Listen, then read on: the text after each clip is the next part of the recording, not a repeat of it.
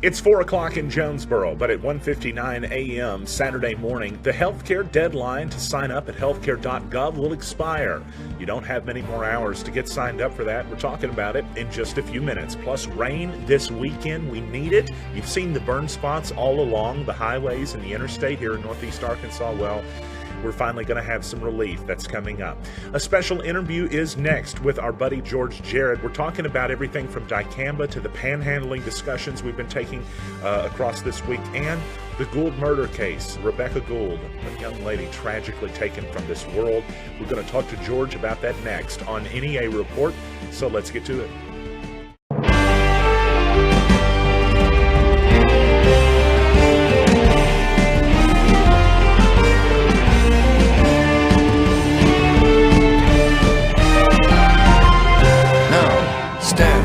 Reporting. Glad to have you in with us on a TGIF. It's Stan Morris reporting, and it's the deadline to register for healthcare tonight. You have until 11:59 p.m. Pacific time, which translates out to 1:59 a.m. Saturday morning local time here for us at Central Time Zones for NEA.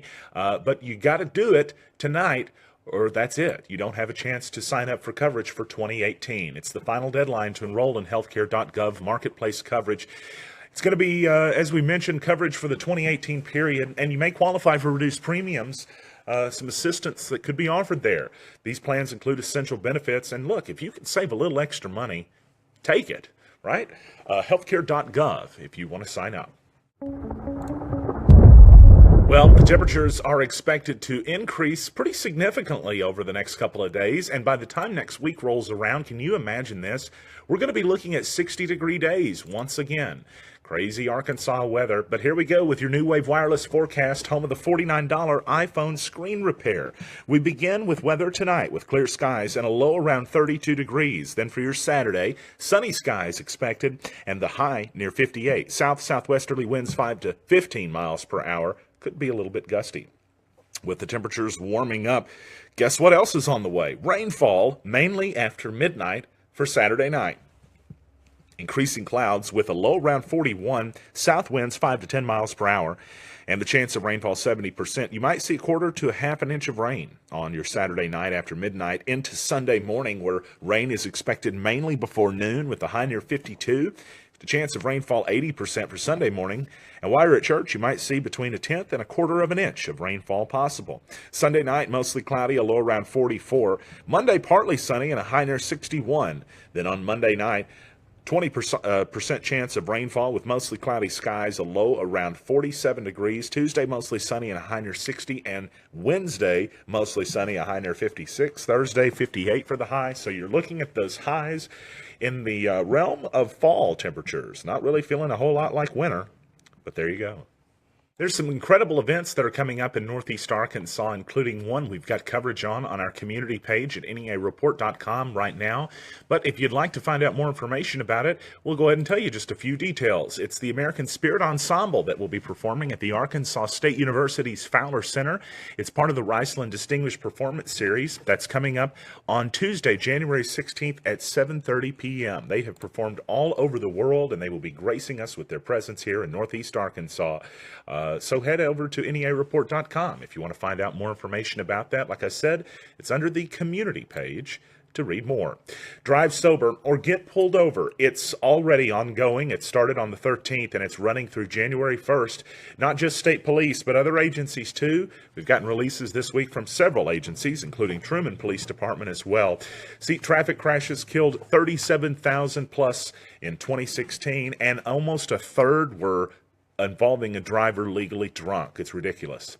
Driving while impaired can result in loss of license, higher insurance, attorney's fees, losses of wages and jobs. But one thing that's not on the list that's the most important, the loss of life. I know somebody that lost children because of a drunk driver. Please don't be that person. Use a cab or something else. But if you see a drunk driver or just some goofball driving down the road all over the road, please, we implore you to contact 911 and let them know so maybe we can, save a life out there. Well, we've been telling you about this interview with Congressman Rick Crawford scheduled on Monday. It was scheduled to be a live Q&A with the congressman here in the studios, but we told you that there was a possibility that he might get called back to end up voting on this new tax bill, and, well, that looks like it's going to be the case. Congressman Crawford did offer to do an interview with NEA Report nonetheless, and we're planning on taking him up on that opportunity. So the best we can do at this point is get your questions. So that's what we'll do. If you have questions for Congressman Rick Crawford on any subjects, any topics, post them in the comments below. You can also go back and post them on the story we let you know about just a couple of days back, and we'll pick those up and try to get answers from Congressman Rick Crawford. We will air that. It's coming up on Monday on Facebook Live, 1:30 p.m., the same time we've been telling you about for the last few days, right here on NEA Report. Don't forget, we're still trying to hook you up for the holidays with our big NEA Report grab bag giveaway. We've loaded this bag full of goodies, some valuable, some invaluable, some things just strange, but they're all in there. We're going to show you that in just a second. But first, here's how you get entered to win. Here's what you got to do. Watch this newscast. You're already doing that. Comment live during the show. Tell us where you're from. Tell us how you're doing. Tell us what you're doing tomorrow. It doesn't matter. Just say hi. If you comment during the live show, a red dot will appear next to the comment. That's how we know you were watching live and commented during the show. It's gray if you do it after the fact. Once we see those comments on Tuesday, we're going to count them up. If you commented at least once during a day, it earns you an entry. And for everybody that got entered, we'll draw a name out. And the winner will get to receive a very cool grab bag, which we're going to take a look at right now. So don't forget, everybody, the grab bag giveaway is still going on. For everybody that comments, don't be a sad face, whiny baby. You could walk away with all the prizes, including that ridiculous mask. Also, a pair of sunglasses, Sasha Banks glasses. We've got a very cool block builder kit from Full Sun Gifts. Look at this. I found some of these. You cannot get these anywhere else. This is the only time you're going to be able to pick these up. Terry Wood Severe Weather Tips. I don't know that they're really worth much money, but they're not printed anymore. These are some old-style things, some goodies I got out of my personal collection to throw in. Batman toys, Ninja Turtles, other stuff is in there. Even a Star Wars action figure is in there. So for those who are going to see the Star Wars movie tonight or saw it last night, well, there's something in there for you. And yeah, if you like the Batman, well, there's also a copy of Batman v Superman, which is a digital copy. FYI, it's part of our grab bag giveaway. All you got to do to get entered to win is comment on this live video while it's live, or comment on our live video on Monday. We're going to be doing the giveaway on Tuesday, so got to get entered. Got to get entered to win. Our special interview with George Jarrett is coming up right after the break, but first, let's take a trip abroad to hear from some troops that are serving our country overseas. They're not able to be home for the holidays, but thanks to our friends at Car Today, they're sending a message back home to their families who hopefully will get to see them. Hey, Command Sergeant Steen from Bondsteel, Kosovo, wishing everybody in Arkansas happy holidays, Merry Christmas, and see you soon.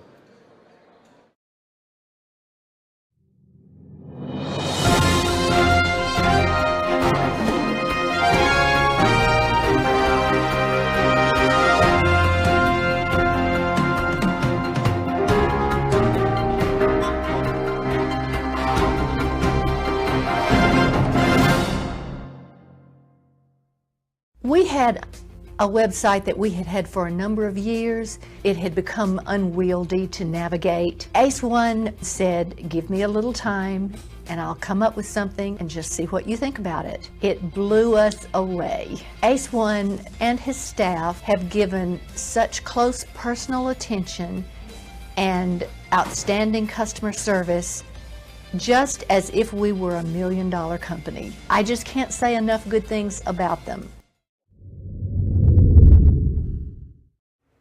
Welcome back. So one of our favorite things to do here on NEA Report is to talk to our buddy George Jarrett. He's been a reporter in this area for really just about as long as I've been alive, right? No, that's not right at all. Not quite, not but at close. all. But anyway, George, thank you for coming in. I was grateful that you, number one, put up with my text messages. Yeah. And number two, that you actually do make it in on the studio. They make me laugh a lot. I'm glad to hear that, because I was kind of wondering after today's if I might get you in. No. Okay.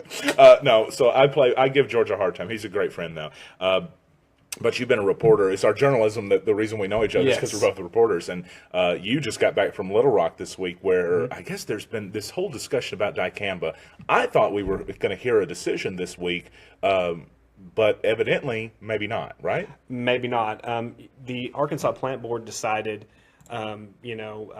last month in November that they were going to ban dicamba from April 15th all the way through October in the 2018 growing season.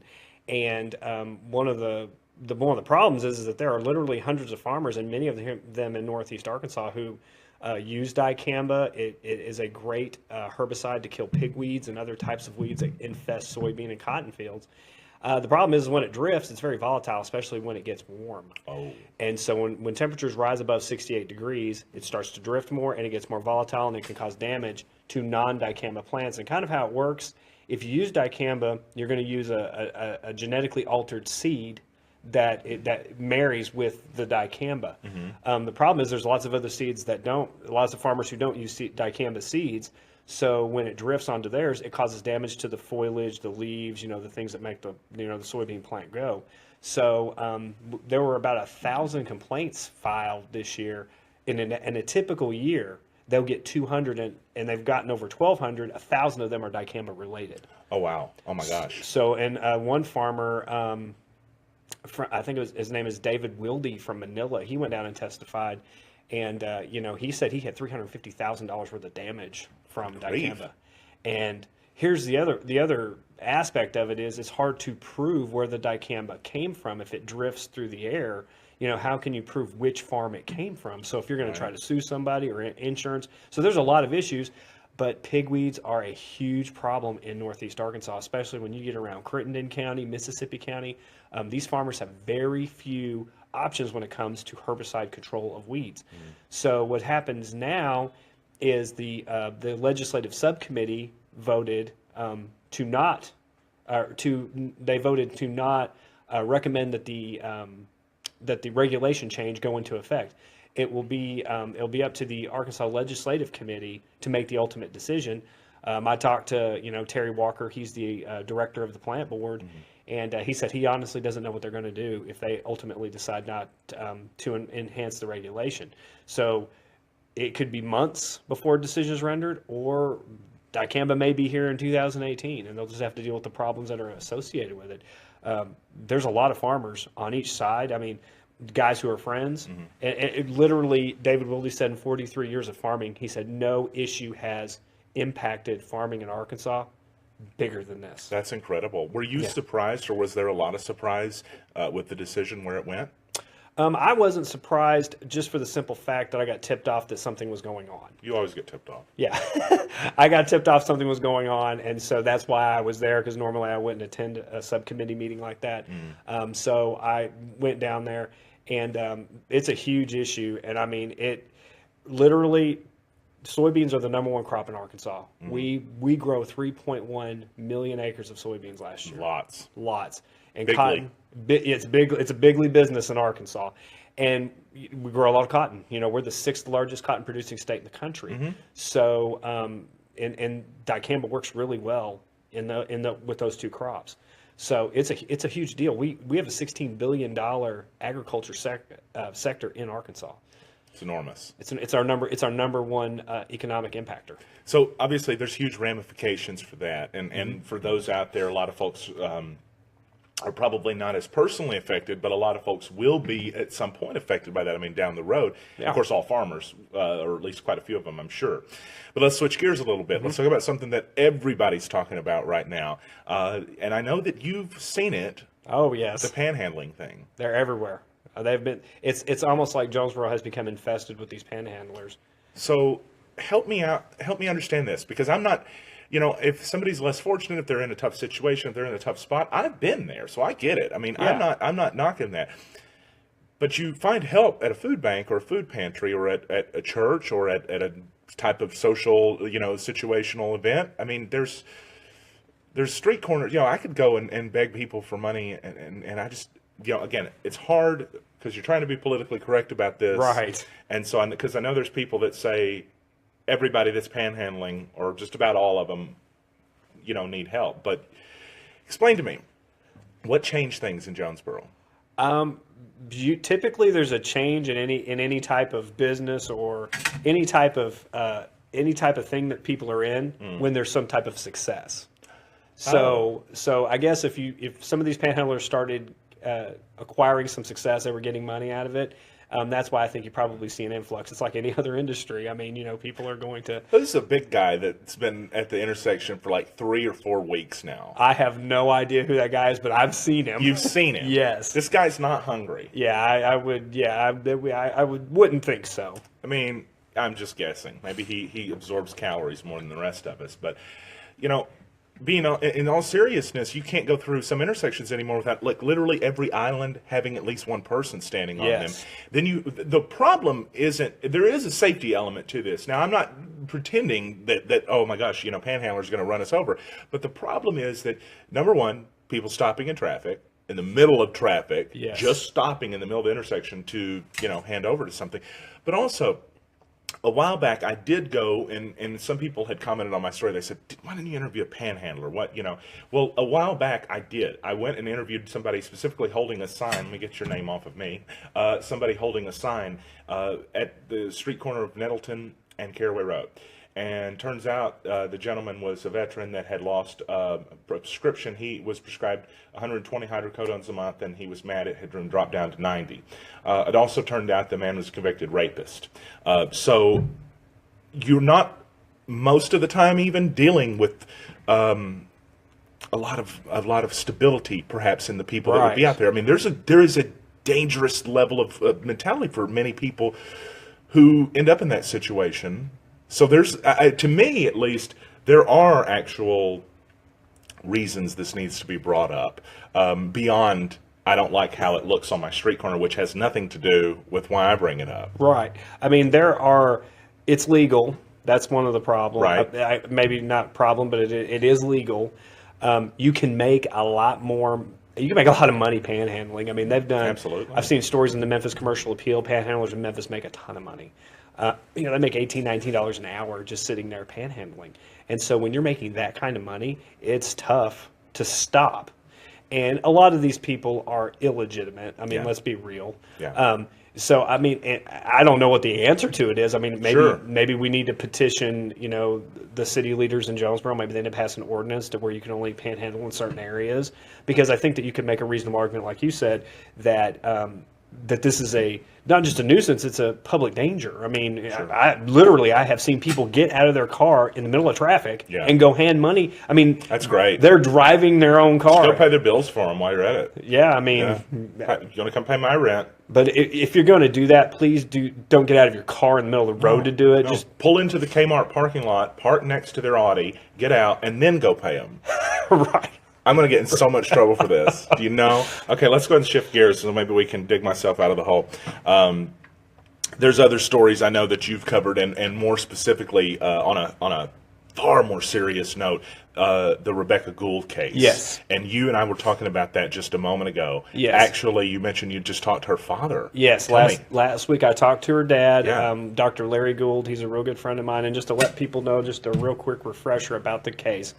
Rebekah Gould was a 22-year-old college student. She disappeared September 20th, 2004, around Melbourne. Mm-hmm. She was staying at the home of a friend.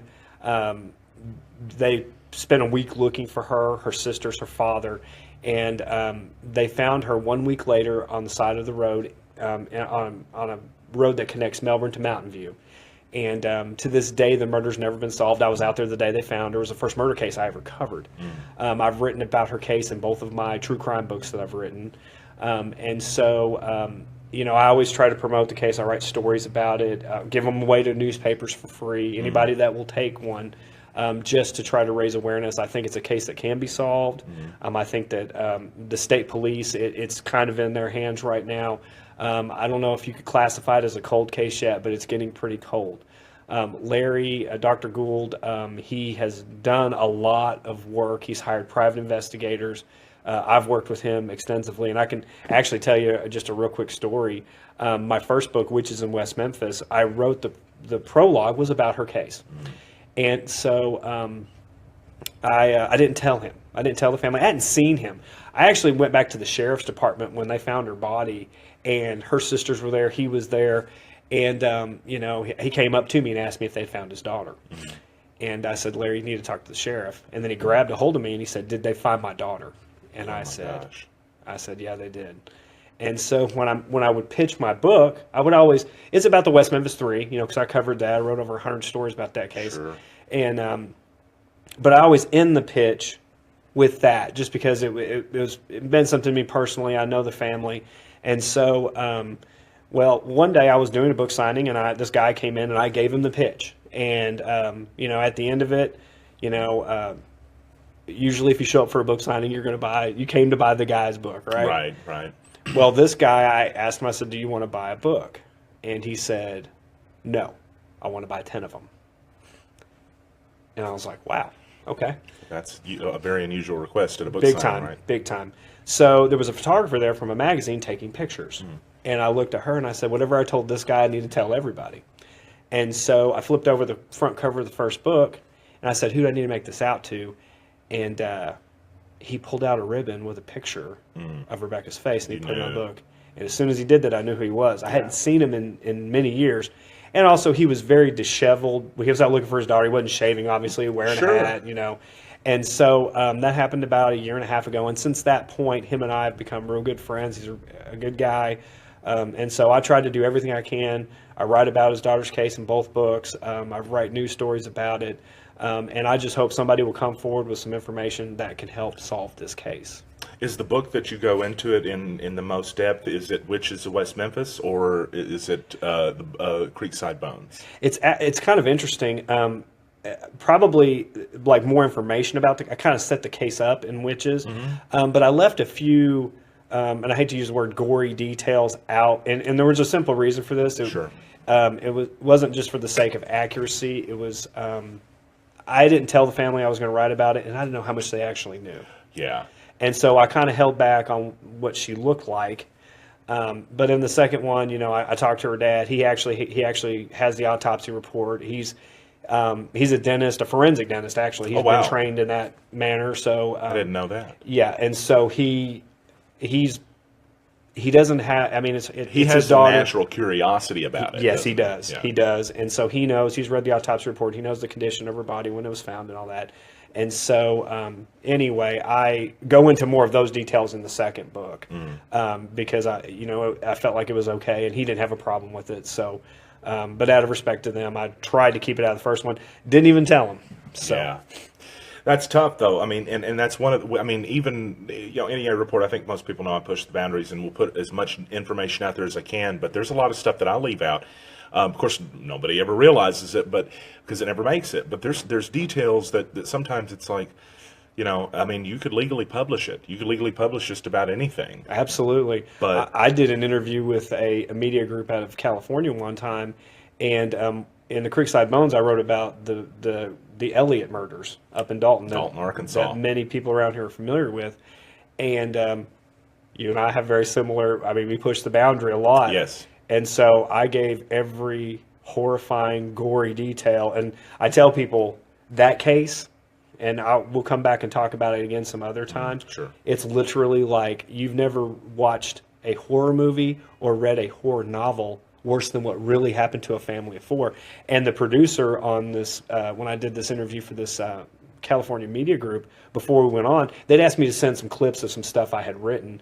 And so they obviously want to interview me over West Memphis 3, but then they said, send something else. So I sent them a couple stories I wrote on the Greens. And she said, I don't even know if you could publish this in California. I mean, she said, this is so... that bad. That graphic. And I said, well, I've got a lot of... At the time, I worked for a newspaper, and they gave me a lot of liberty to do what I needed to do. Sure. And I always have a theory about that. And I tell younger reporters this all the time. When you are, like, let's say you get a police report or something happens at a meeting, the thing that you thought of that astounded you or made your heart skip a beat, or the thing you just stopped and paused, that detail, that'll happen to everybody who reads your story when they read that same detail. So so that's why I've always put that stuff in there, because that's what people want to read. And it also, it's hard to tell the story by taking all the emotion out of it, because a murder, A kidnapping, events like these, they're emotional for the people left behind. The pain and suffering doesn't just end if something happens to the victim. It continues on for Dr. Gould the rest of his life. Every day. And so, I always, in my efforts and work too, to me, I always try to include as much emotion as I can show, because it could potentially, maybe it's the emotional moment that reaches somebody that's sociopathic or psychopathic that might repeat some sort of horrible deed. Maybe it won't. But if you're not going to get to them through regular words, the best effort you got is hearing a mother cry over the loss of her son. Isn't just an example, because we had a live stream with that recently, and it's horrible. It's horrible for me. I mean, I'm not sitting out there enjoying it. It's terrible. Yeah. But you're also thinking to yourself at the same time, you think of all those documentaries in Vietnam and the war documentaries that showed the worst things, but it was what probably made people realize how badly we needed to get the hell out of there. Right. And those types of settings were news reporters. Those were journalists that were out there covering the gory details, that didn't turn the camera off when somebody's leg got blown off or whatever it was. So I think philosophically we're on the same page on that, because I think we see the end result of the work. One of the hardest things I've ever had to do, a woman had just found out that her son had drowned on the South Fork River. Oh, gosh. And I walked right up to her with a camera. I mean, I was closer than I am to you right now. Her head was sitting in a pillow on her husband's lap, and I had to take a picture of her face at the moment she found her son that was dead. And it's tough, and I've had a lot of people ask me, how can you do stuff like that? And it's exactly like you said. We write the rough draft of history. Yeah. We do that. That's what we do. And I've only ever hesitated one time to do that, and there was one time I did. But if you want to know that, you'll have to read my book, The Creekside Bones, because I talk about it in there. We'll be picking it up. If you haven't already, The Creekside Bones, also Witches of West Memphis. Yes. Maybe a third book coming out soon? I'm starting to kick around some ideas. I've been very blessed and humbled by the number of people who've bought my first two books, and so I've had some people asking me to write another one, and so I think I'm going to probably put together something here pretty soon. Might happen then. Cool. Might happen. Well, we're looking forward to it, and the first two books are incredible, and they're available at Barnes & Noble in Jonesboro, I think. As of last check, they were on their counter. They love them because they sell out all the time. Thank you, sir. Appreciate it. Thanks, Stan. All right. Let's get you one last look at your weather forecast, courtesy of our buddies over at New Wave Wireless. They do the $49 iPhone screen repairs, and it's looking like a clear night tonight with the low dropping down to 32 degrees, maybe the coolest night we will see for at least the next 5 or so days, as tomorrow the temperature rises up to 58 degrees with sunny skies on the way. Then for your Saturday night, you'll see rainfall mainly after midnight with increasing clouds, a low around 41, 70% shot at that rain, and up to a half an inch possible. More rain possible Sunday during the morning mainly before noon, with a high near 52 and a chance of rain at 80%. Precipitation between a tenth and a quarter of an inch possible. The rain moves out Sunday night with the low around 44. We're going to see temperatures right around the 60-degree mark as next week rolls around for the high. Thanks, everybody, for joining us, and we're back on Monday with more news from Northeast Arkansas, and we'll be back anytime there's some craziness breaks out, because when breaking news breaks out, NEA Report breaks in. I'm Stan Morris. Have a great weekend.